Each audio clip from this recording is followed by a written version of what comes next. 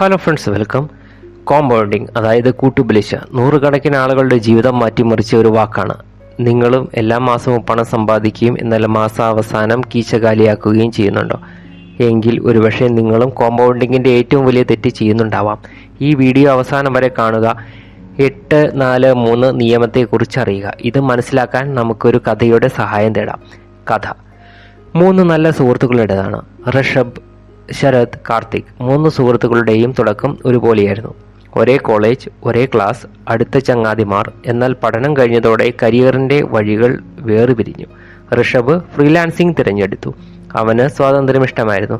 ശരത് തൻ്റെ അഭിനിവേശം പിന്തുടർന്നു. ഒരു പരസ്യ ഏജൻസിയിൽ എഴുത്തുകാരനായി ചേർന്നു. കാർത്തിക് കോളേജ് പ്ലേസ്മെൻറ്റിലൂടെ ഒരു പ്രശസ്ത സോഫ്റ്റ്വെയർ കമ്പനിയിൽ ജോലി നേടി. നിക്ഷേപ ചിന്തയിലെ വ്യത്യാസം. 1 വർഷത്തിന് ശേഷം ഋഷഭും ശരതും സാമ്പത്തിക കാര്യങ്ങളെക്കുറിച്ച് പഠിക്കാൻ തുടങ്ങി. വരുമാനത്തിൻ്റെ ഒരു ഭാഗം സേവ് ചെയ്യാനും നിക്ഷേപിക്കാനും പഠിച്ചു. സാധാരണ കുടുംബത്തിൽ നിന്ന് വന്ന കാർത്തിക് അപ്പോഴും ഇന്നത്തെ ദിവസം ജീവിക്കുക എന്ന രീതിയിൽ ജീവിക്കുകയായിരുന്നു. അവനൊരു പോഷ് ഏരിയയിൽ ഫ്ലാറ്റ് വാങ്ങി. കാറും EMIയിൽ വാങ്ങി. ശമ്പളത്തിൻ്റെ വലിയൊരു ഭാഗം ചെലവുകൾക്കായി തുലച്ചു. പഴയ ഓർമ്മകളും പുതിയ പാഠങ്ങളും. ഒരു ദിവസം മൂവരും വീണ്ടും കണ്ടുമുട്ടി. അത്താഴത്തിനിടയിൽ ചർച്ചകൾ നടന്നു. 70,000 രൂപ പോലുള്ള ശമ്പളത്തിൽ നിന്ന് ഋഷഭും ശരഭും സേവിങ്സ് നടത്തുന്നുണ്ടെന്ന് അറിഞ്ഞപ്പോൾ കാർത്തിക് അത്ഭുതപ്പെട്ടു. അവൻ പറഞ്ഞു, സുഹൃത്തെ, ഞാൻ 1 ലക്ഷം രൂപ സമ്പാദിക്കുന്നു, എന്നിട്ടും ഒന്നും മിച്ചം വെക്കാനില്ല. നിങ്ങൾ എങ്ങനെയാണ് സേവിങ്സ് നടത്തുന്നത്? ഋഷഭ് താൻ 80-20 നിയമം പിന്തുടരുന്നതായി വിശദീകരിച്ചു. 80% ചെലവ്, 20% നിക്ഷേപം. ഉദാഹരണത്തിന് 82,000 രൂപ സമ്പാദിക്കുമ്പോൾ 66,000 രൂപ ചിലവഴിക്കുന്നു. ബാക്കി 16,000 രൂപ ഇൻഡെക്സ് ഫണ്ടുകളിൽ നിക്ഷേപിക്കും. ശരതും താൻ അനാവശ്യ ചെലവുകളിൽ നിന്ന് വിട്ടുനിൽക്കുന്നതായി പറഞ്ഞു. ചെറിയ മുറി, മെട്രോ യാത്ര, EMIകളിൽ ഇല്ല. അവൻ എല്ലാ മാസവും 10,000 രൂപ കോമ്പൗണ്ടിങ്ങിൻ്റെ 843 നിയമപ്രകാരം നിക്ഷേപിക്കുന്നുണ്ടായിരുന്നു. കാർത്തിക്കിൻ്റെ സംശയം. കാർത്തിക് പരിഹസിച്ചു. ഇപ്പോഴേ വയസ്സന്മാരായോ ഇത് അടിച്ചു പൊളിക്കാനുള്ള ടൈമാണ്. കോമ്പൗണ്ടിങ് എന്നൊക്കെ പറയുന്നത് വെറും തട്ടിപ്പാണ്. ഇതിന് ഋഷഭ് മറുപടി പറഞ്ഞു, നീ കണ്ടോ, കുറച്ച് വർഷങ്ങൾ കഴിയുമ്പോൾ ശരതിൻ്റെ പണം അവന് വേണ്ടി തന്നെ പണം ഉണ്ടാക്കും. കോമ്പൗണ്ടിങ്ങിൻ്റെ യഥാർത്ഥ മാന്ത്രികത അപ്പോൾ കാണാം. 7 വർഷങ്ങൾക്ക് ശേഷമുള്ള സത്യം. മൂവർക്കും ഇപ്പോൾ 30 വയസ്സായിരിക്കുന്നു. വീണ്ടും ഒരു ഡിന്നർ പ്ലാൻ ചെയ്തു. ഋഷഭ് പ്രതിമാസം 14,000 രൂപ നിക്ഷേപിച്ച് 7 വർഷം കൊണ്ട് ആകെ 13,40,000 രൂപ നിക്ഷേപിച്ചു. റിട്ടേൺ 9,10,000 രൂപ. ആകെ മൂല്യം 22,50,000 രൂപ. ശരത് പ്രതിമാസം 100 രൂപ നിക്ഷേപിച്ച് 7 വർഷം കൊണ്ട് 8,400 രൂപ നിക്ഷേപിച്ചു. റിട്ടേൺ 6,500 രൂപ. ആകെ മൂല്യം 1,49,000 രൂപ. ശരത് പുഞ്ചിരിച്ചുകൊണ്ട് പറഞ്ഞു, കുറച്ചുകൂടി കാത്തിരിക്കൂ, നിനക്ക് തനിയെ മനസ്സിലാവും. 4 വർഷങ്ങൾക്ക് ശേഷമുള്ള ഫലം. ഇപ്പോൾ ഋഷഭിൻ്റെ കയ്യിൽ 45 ലക്ഷം രൂപയും ശരത്തിൻ്റെ കയ്യിൽ 46 ലക്ഷം രൂപയും ഉണ്ടായിരുന്നു. കോമ്പൗണ്ടിങ് ആദ്യത്തെ 7 വർഷത്തെ റിട്ടേൺ. അധ്യായം 2. ധനത്തിലേക്ക് നയിക്കുന്ന പാതകൾ.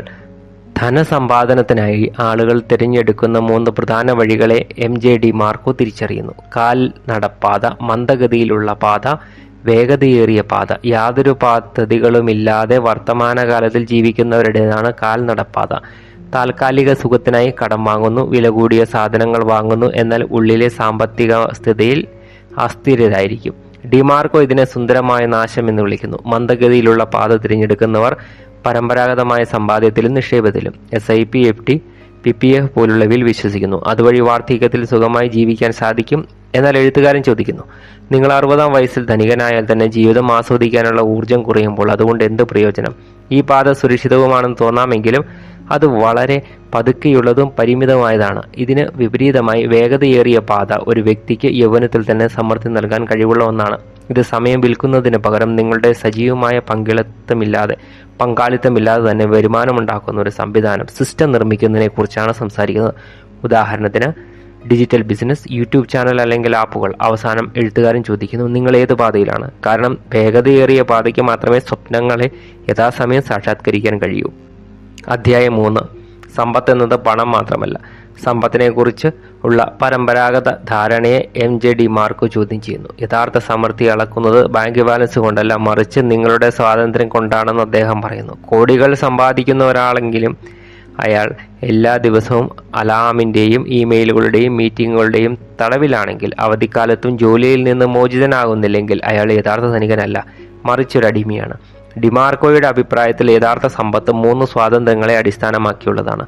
നിങ്ങളുടെ സമയം, സ്വയം തിരഞ്ഞെടുക്കാൻ അനുവദിക്കുന്ന സമയത്തിൻ്റെ സ്വാതന്ത്ര്യം, ജീവിതത്തിലെ തീരുമാനങ്ങൾക്കുള്ള സ്വയം എടുക്കാൻ ശക്തി നൽകുന്ന തിരഞ്ഞെടുപ്പുകളുടെ സ്വാതന്ത്ര്യം, കൂടാതെ എവിടെ ഇരുന്ന് ജോലി ചെയ്യാൻ നിങ്ങളെ പ്രാപ്തരാക്കുന്ന സ്ഥലത്തിൻ്റെ സ്വാതന്ത്ര്യം. ഇതാണ് വേഗതയേറിയ പാതയുടെ അടിസ്ഥാന തത്വം. നിങ്ങളുടെ ജീവിതത്തിൻ്റെ നിയന്ത്രണം തിരിച്ചു പിടിക്കുക. ഈ അധ്യായത്തിൻ്റെ സാരം ഇതാണ്. യഥാർത്ഥ ധനികനാവുക എന്നത് പണം കൂട്ടുക എന്നതല്ല, മറിച്ച് നിങ്ങളുടെ സ്വന്തം നിബന്ധനകളിൽ ജീവിക്കാനുള്ള സ്വാതന്ത്ര്യം നൽകുക എന്നതാണ്.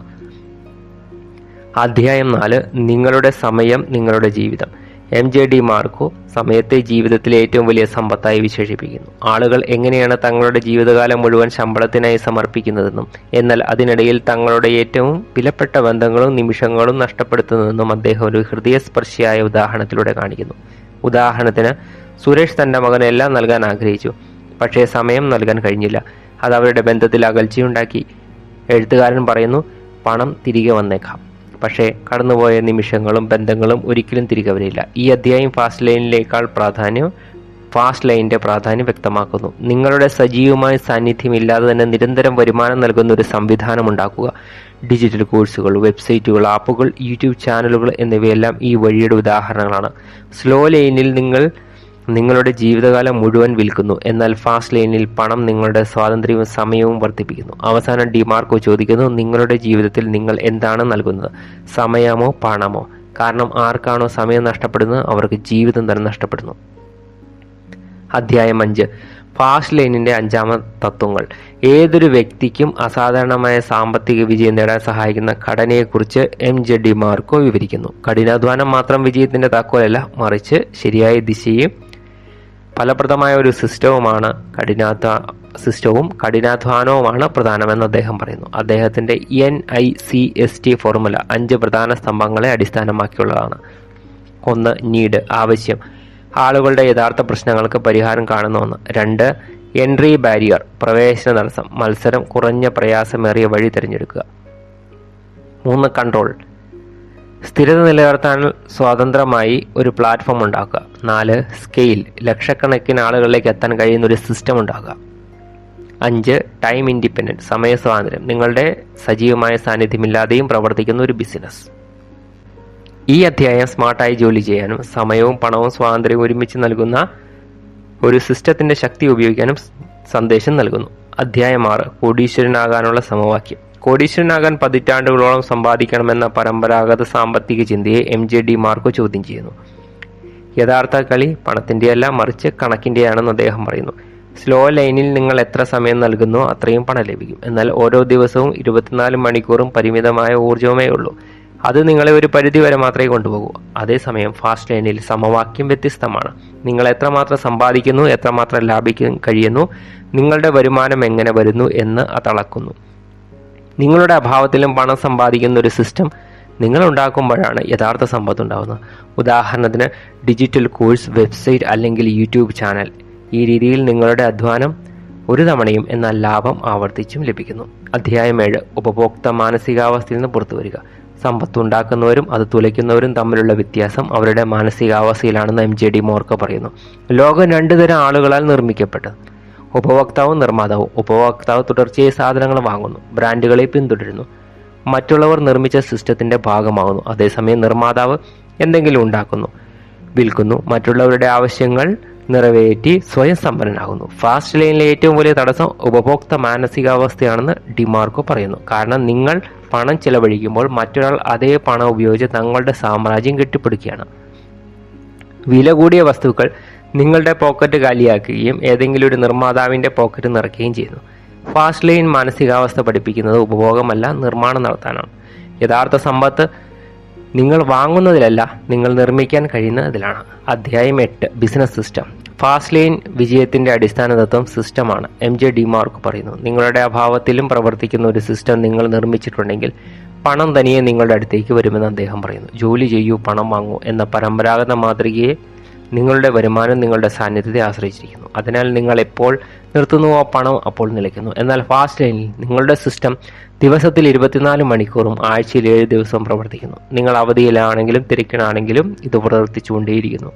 ഡിമാർക്കോ ഇതിന് ഉദാഹരണമായി പറയുന്നത് തങ്ങളുടെ limos.com എന്ന വെബ്സൈറ്റിനെ പറ്റിയാണ്.